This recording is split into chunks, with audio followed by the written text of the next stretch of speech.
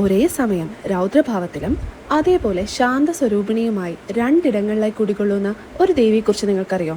അതെ, ഞാനിപ്പോൾ നിൽക്കുന്നത് മാടായിക്കാവ് അഥവാ തിരുവത്തകാവ് ദേവി ക്ഷേത്രത്തിലാണ്. കണ്ണൂർ ജില്ലയിലെ മാടായിപ്പാറയിൽ സ്ഥിതി ചെയ്യുന്ന ഈ അതിപുരാതനമായ ക്ഷേത്രത്തിന് മറ്റൊരു രൂപം കൂടിയുണ്ട്. അതങ്ങ് തിരുവനന്തപുരത്താണ്.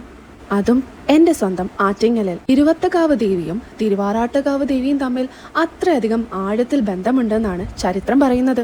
ഒരാൾ ശാന്തസ്വരൂപിണിയും മറ്റൊരാൾ രൗദ്രഭാവമാണത്രേ. ധാരികാവധത്തിനു ശേഷമുള്ള രൗദ്രഭാവത്തിലുള്ള ദേവിയാണ് ഇവിടെ കുടികൊള്ളുന്നത്.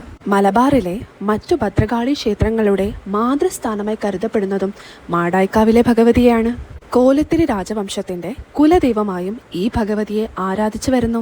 ധാരികാവധത്തിനു ശേഷം ദേവി ശിവനോട് ഭൂമിയിൽ തനിക്കിരിക്കാൻ സ്ഥലം വേണമെന്ന് ആവശ്യപ്പെട്ടു. തുടർന്ന് ശിവന്റെ ആവശ്യപ്രകാരം പരശുരാമൻ വാളുകൊണ്ട് മണ്ണിൽ വെട്ടുകയും കടൽ മാറിയുണ്ടായ കുന്നിനെ മാടായിപ്പാറ എന്ന് വിശേഷിപ്പിക്കുകയും ദേവിയെ അവിടെ പ്രതിഷ്ഠിക്കുകയും ചെയ്തു.